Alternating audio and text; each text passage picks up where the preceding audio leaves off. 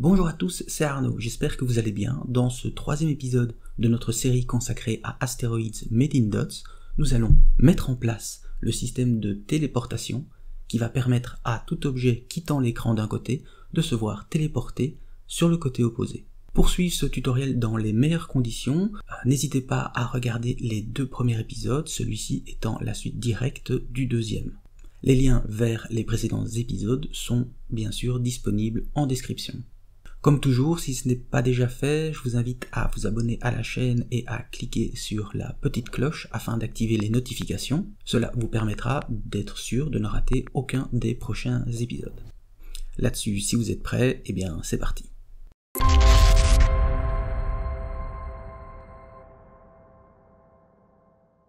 Bien. Nous voulons que le vaisseau et les projectiles se téléportent d'un côté à l'autre de l'écran s'ils le quittent. La première chose à faire, c'est donc de récupérer les dimensions de l'écran. Créons un component Screen Info Component Data qui contiendra les dimensions de l'écran.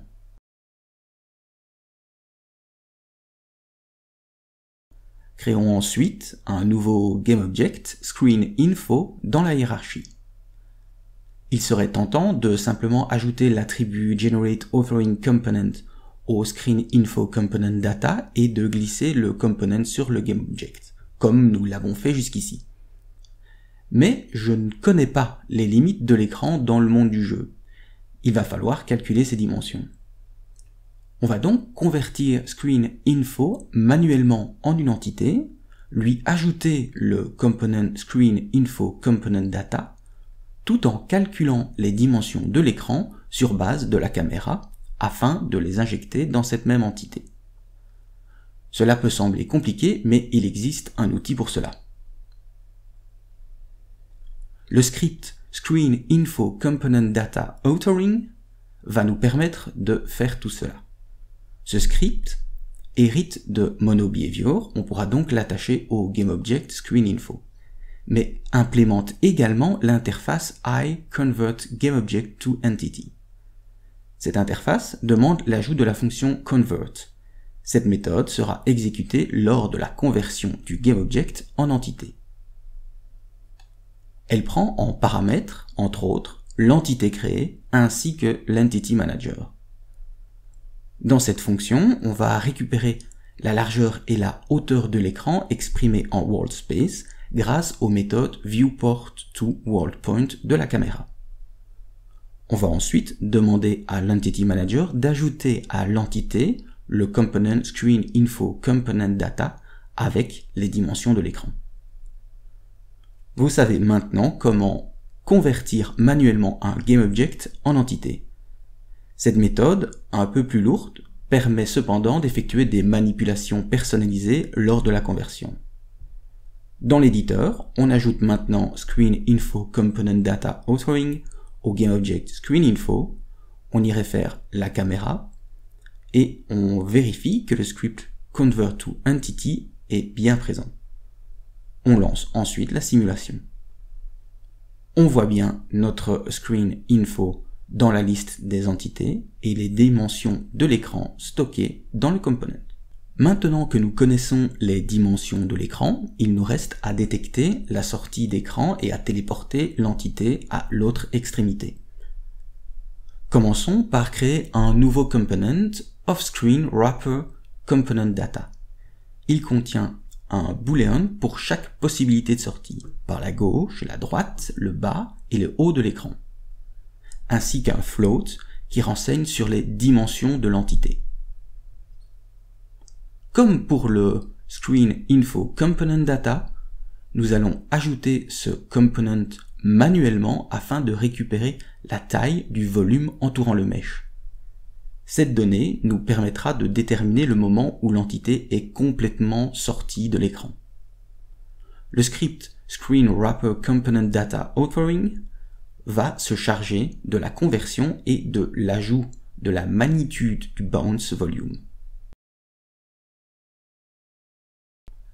Ajoutons ce script au GameObject vaisseau ainsi qu'à la préfab du projectile, en renseignant le mesh pour le calcul des dimensions.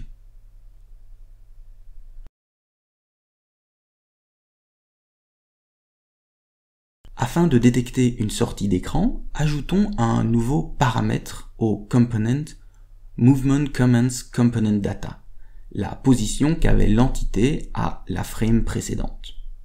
Cela nous permettra de déterminer dans quelle direction l'entité se déplace. Dans le système MoveSystem, on adapte légèrement le code pour que la valeur du component Translate soit sauvegardée dans le component Movement Comments Component Data. Détectons maintenant les sorties d'écran. Dans le script Offscreen Detection System, on va utiliser getSingleton pour récupérer les dimensions de l'écran.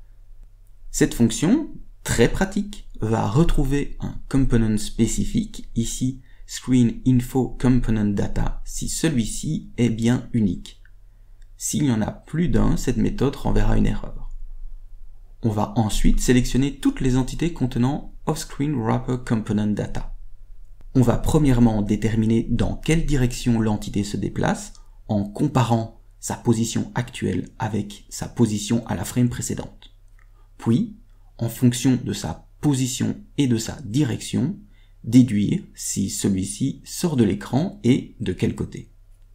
Dans le système Offscreen Wrapping System, on va vérifier si une entité contenant OffscreenWrapperComponentData a l'un de ces booleans sur true et le cas échéant, téléporter l'entité à l'extrémité opposée de l'écran. Par exemple, si l'entité sort de l'écran par la gauche, on va calculer la nouvelle valeur du component Translate en générant un nouveau float 3 qui garde la position verticale de l'entité mais change sa position horizontale pour qu'elle soit à la limite de l'écran de l'autre côté. Il en va de même pour les sorties sur les autres côtés. Et voilà notre vaisseau qui se téléporte lorsqu'il sort de l'écran. Et c'est pareil pour les projectiles. Oui, mais comme elles ne se détruisent pas automatiquement, après un certain temps, ça devient vite le bazar. Merci beaucoup d'avoir regardé cet épisode jusqu'au bout, j'espère qu'il vous a plu. N'hésitez pas à laisser un commentaire si vous désirez que j'approfondisse à un certain point ou s'il y a quelque chose que vous n'avez pas compris, ou si tout simplement c'est un épisode qui vous a plu. Lâchez un pouce bleu, ça fait toujours vraiment plaisir, et ça donne à manger à l'algorithme de YouTube. Dans le prochain épisode, nous allons voir comment gérer les collisions entre les projectiles, le vaisseau et les astéroïdes que nous allons créer. Et nous allons également faire en sorte que les projectiles disparaissent après un certain temps s'ils n'ont rien percuté. Si vous désirez en savoir plus sur Unity Universal Render Pipeline et comment démarrer un nouveau projet avec cette nouvelle technologie, cliquez tout de suite sur cette vidéo. Moi, je n'ai plus qu'à vous souhaiter une bonne journée, une bonne soirée et à bientôt. Allez, bisous.